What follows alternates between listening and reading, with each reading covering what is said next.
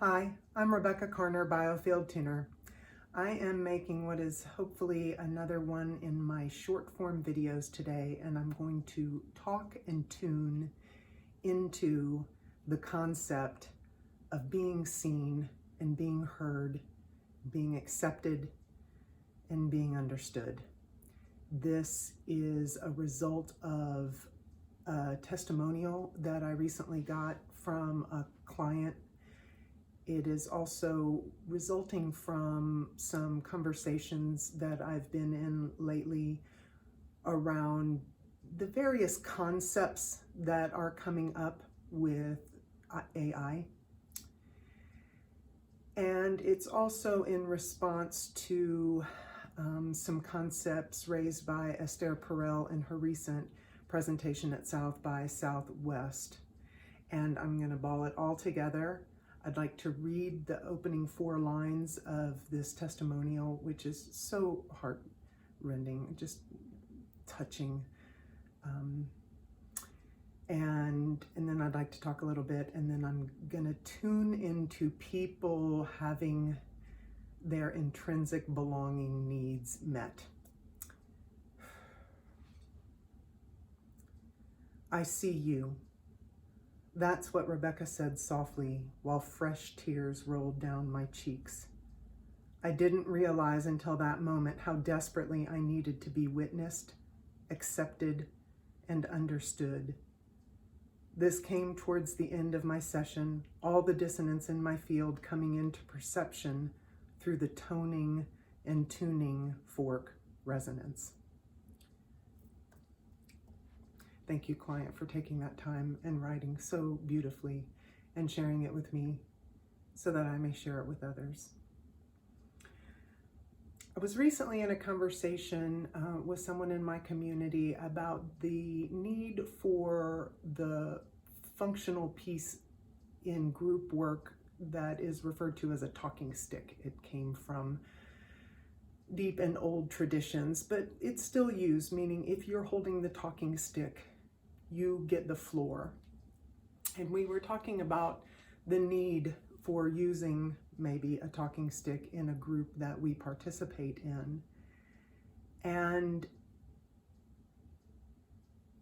the person that we were focusing on as bringing about the need for the talking stick, someone I know quite well and care deeply about, and I know that one of the reasons why she jumps in and interjects is because she so deeply wants to share and so deeply wants to connect.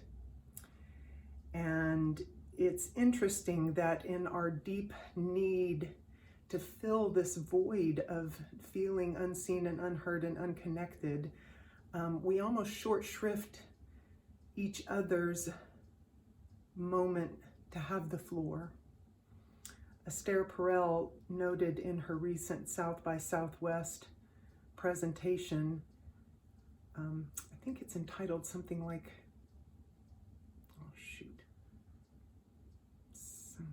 something. Anyway, it's something, it's kind of clever, the other AI. I can't quite remember it. But she talks about how we are accepting more and more frequently distracted attention as enough. And that she saw it as a real slippery slope and a real seed bed, fertile soil for more and more harmful mechanisms to become more prevalent if we are accepting less and less, lower and lower quality as okay, as acceptable. A therapist once told me, Rebecca, only you can get the bar up off the floor. And you know what? He was right. And the same is for us culturally. And then again, in another recent conversation, about a year after I had written some notes about an author's presentation, the person I was in conversation with had heard through a radio show that he often listens to, the 4 pillars of a meaningful life. And one of them is an intrinsic sense of belonging. And that people are actually giving credence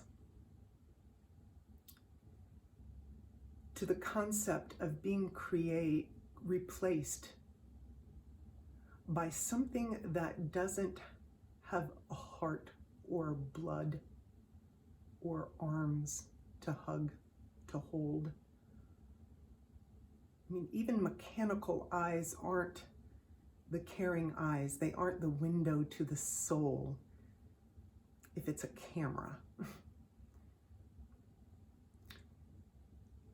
It seems preposterous to me, and yet it is breeding fear in us.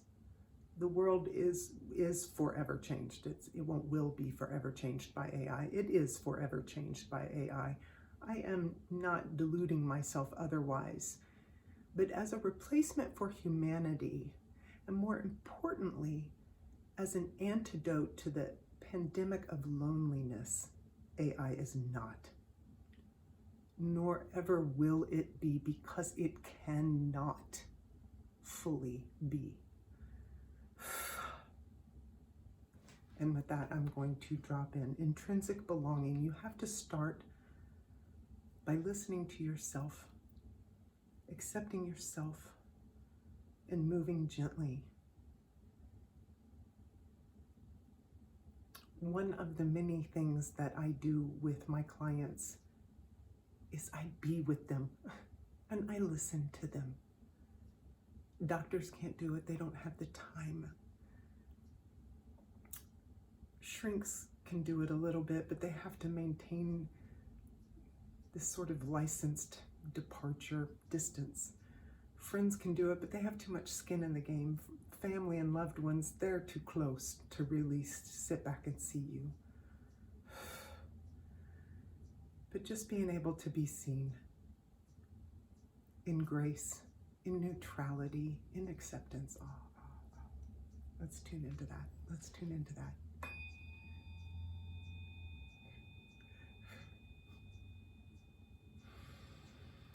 Oh, my back just popped. If everybody would just take a nice big deep breath. There we go.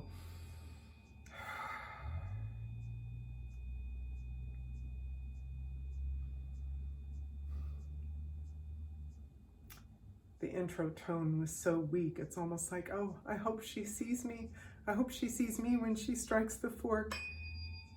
But then it also brings up a little fear. But if she sees me, then that means that somebody's seeing me.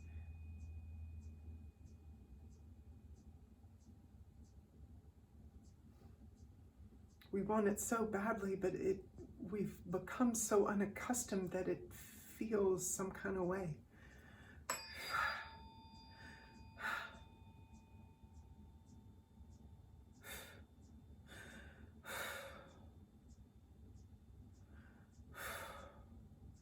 The profound anxiety, like I'm finding myself sweating, my heart is beating. Oh. The anxiety that is caused by not being seen, the angst of wanting to be seen, the nervousness of gearing yourself up to put yourself out there to try and be seen. And then, what if actually somebody does see? Except I need it, except it feels so weird. And what if they see, and I want them to see the parts of me that I like, but you can't see the parts of me that I don't like. It's okay. We've all got them. It's okay. It's okay. Oh, so much emotion. It's okay. It's okay. It's okay. It's okay. So it's okay. So it's okay.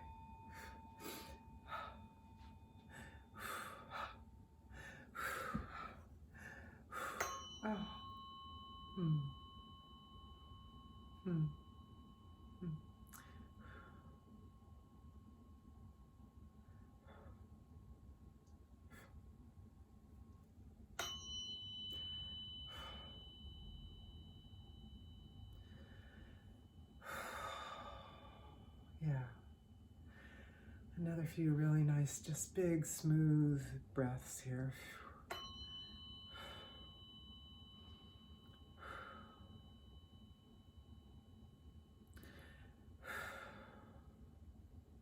Mm. Mm. Mm. Mm. Mm.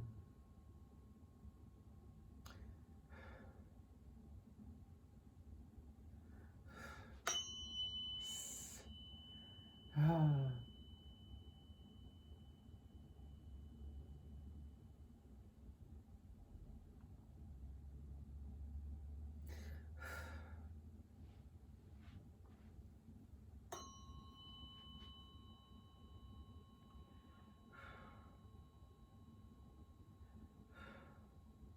It's interesting. In many ways, I kind of, because I had to print something out to read, I sort of concretely prepared more than I typically do. But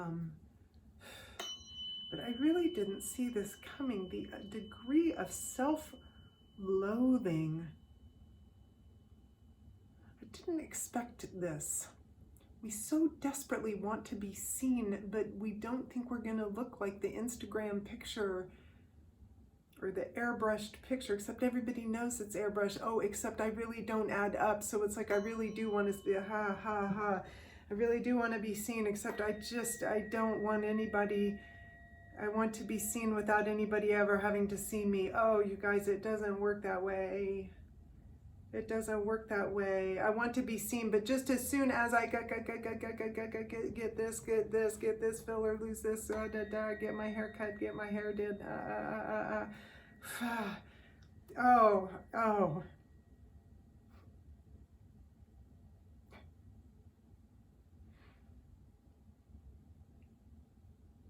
So beautiful.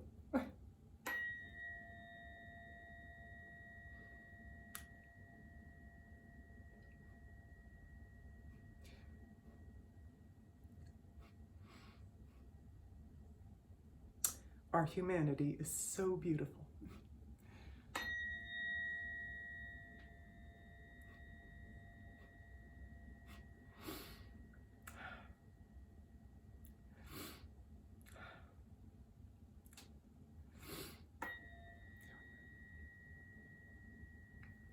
Oh.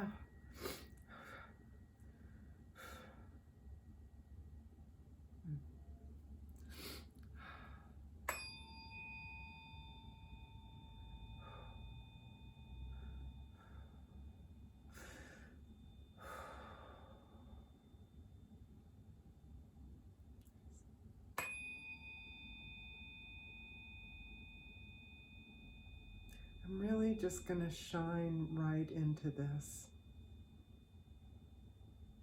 because I don't want this to be a long video. It is so short and so sweet and so deep a message. I'm seeding it in, and I'm just going to shine it up and leave it to grow and flourish with you all. You can't mess it up. And I can't have done anything that you didn't want. Yeah. There it is. There it is.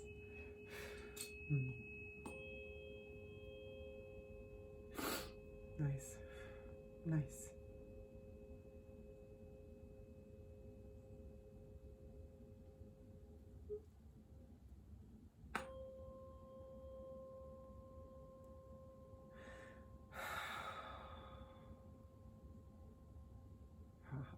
Breathe and be seen. Yep. Nice. Nice.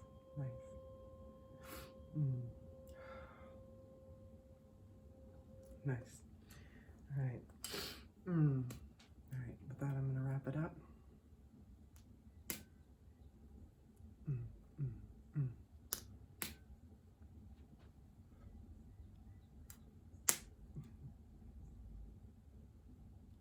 All right, you guys. Thank you. That was really sweet. I see you. Come see me. Come have a private session. We can Zoom, we can FaceTime. You can come if you're in the Atlanta area, RebeccaKarner.com for more information. Thanks so much.